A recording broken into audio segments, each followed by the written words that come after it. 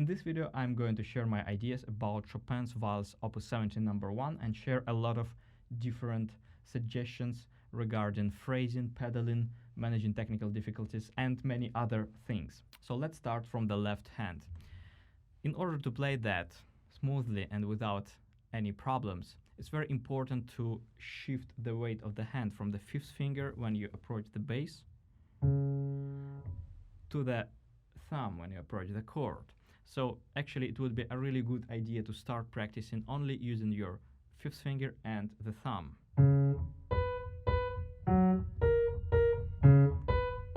That would be helpful because it would give you the feeling of weight transfer from the left part of the hand when you lean on the bass note toward the thumb. So it would help you to feel support in the hand and also to voice these chords nicely.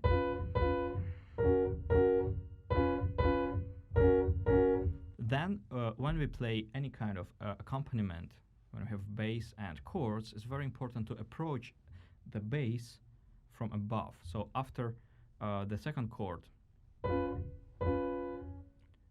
you might imagine that someone just takes your wrist and transfer your hand to a new position. You're not leaping down with your fingers in a horizontal movement, because this is exactly what makes you feel uncomfortable. Just imagine that someone takes your hand and moves it to the next position and then try to approach that bass vertically, reaching the bottom of the key and feeling some support in it. And from the bass, as soon as you have reached the bottom of the key, you have this kind of downside trajectory, so your wrist goes slightly down, slightly lower.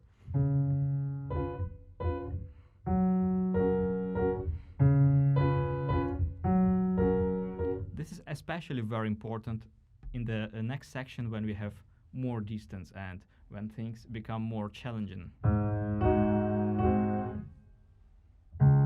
In order to make that leap without any tension and to hit the right note, we need to go higher. So we should not be afraid to leave the keyboard, because this is actually the only way to reach that bass without tension. And since the fifth finger plays always on the black key actually in this piece, we might slightly turn the wrist while approaching it, like that, and hit it with a flattened finger. So don't try to align the finger to the key or to curl it.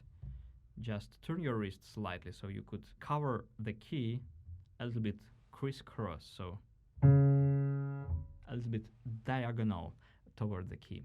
In all these white chords where we combine white and black keys, like that one, in order to feel comfortable in them, we need to flatten the fingers actually, and also to slightly rotate the wrist in order to accommodate our thumb.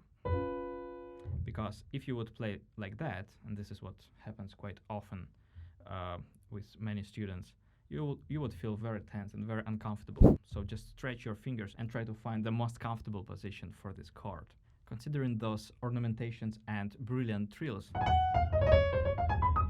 what is very important here is not to work just with your fingers, because if you would work just with isolated fingers, you might feel actually very tense and the fingers might stuck in the keys, so not all notes will respond.